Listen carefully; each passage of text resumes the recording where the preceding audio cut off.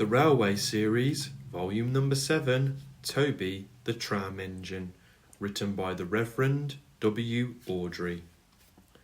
Dear friends, poor Thomas has been in trouble, so the Fat Controller asked Toby to come and help run the branch line. Thomas and Toby are very good friends. Toby is a funny little engine with a queer shape. He works very hard and we are fond of him. We hope you will like him too. Sincerely, the author. Story 1. Toby and the Stout Gentleman. Toby is a tram engine. He is short and sturdy, and he has cowl catchers and side plates, and doesn't look like a steam engine at all. He takes trucks from the farms and factories to the main line, and the big engines take them to London and elsewhere. His tram line runs along the roads and through fields and villages. Toby rings his bell cheerfully to everyone he meets. He has a coach called Henrietta, who has seen better days.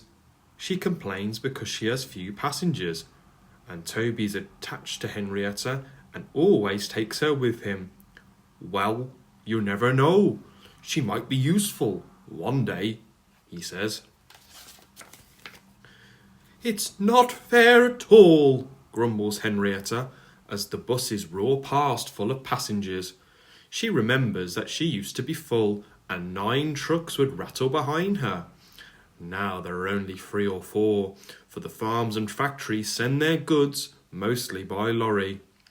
Toby is always careful on the road. The cars, buses and lorries often have accidents. Toby hasn't had an accident for years, but the buses are crowded and Henrietta is empty. I can't understand it, says Toby the tram engine. People came to see Toby, but they came by bus. They would stare at him. Oh, isn't he quaint, they say, and laugh. That made him cross. So cross. One day, a car stopped close by, and a little boy jumped out. Come on, Bridget, he called to his sister, and together they ran across to Toby. 2 ladies and a stout gentleman followed. The gentleman looked important, but nice. The children ran back. Come on, grandfather, do look at this engine. And seizing his hands, they almost dragged him along. That's a tram engine, Stephen, said the stout gentleman. Is it electric? Asked Bridget. Whoosh, hissed Toby crossly. Shush, shush, said her brother. You've offended him. But trams are electric, aren't they?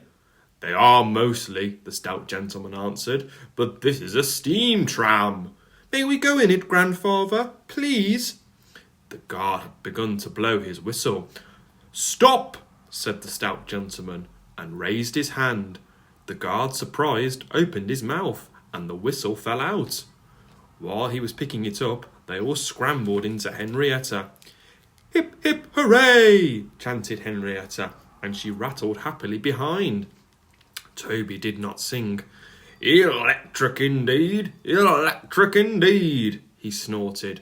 He was very hurt. The stout gentleman and his family got out at the junction, but waited for Toby to take them back to their car. What is your name? Asked the stout gentleman. Toby, sir. Thank you, Toby, for a very nice ride.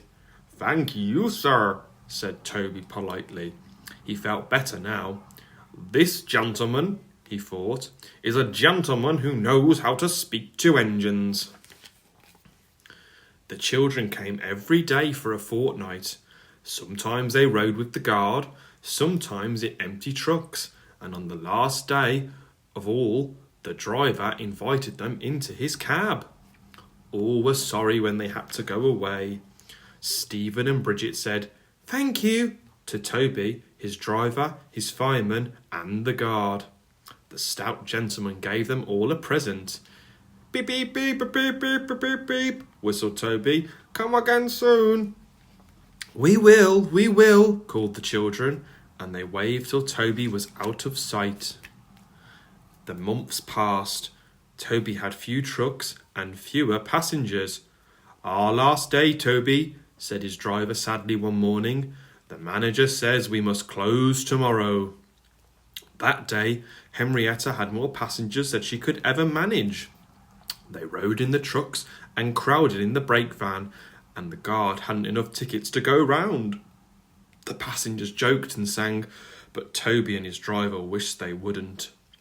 "Goodbye, Toby," said the passengers afterwards. "We are sorry your line is closing down." "So am I," said Toby sadly. The last passenger left the station, and Toby puffed slowly to his shed.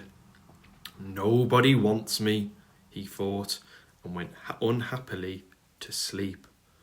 Next morning the shed was flung open, and he woke with a start to see his fireman dancing a jig outside. His driver, excited, waved a piece of paper. "Wake up, Toby," they shouted, "and listen to this. It's a letter from the Stout gentleman." Toby listened but I mustn't tell you any more, or I shall spoil the next story.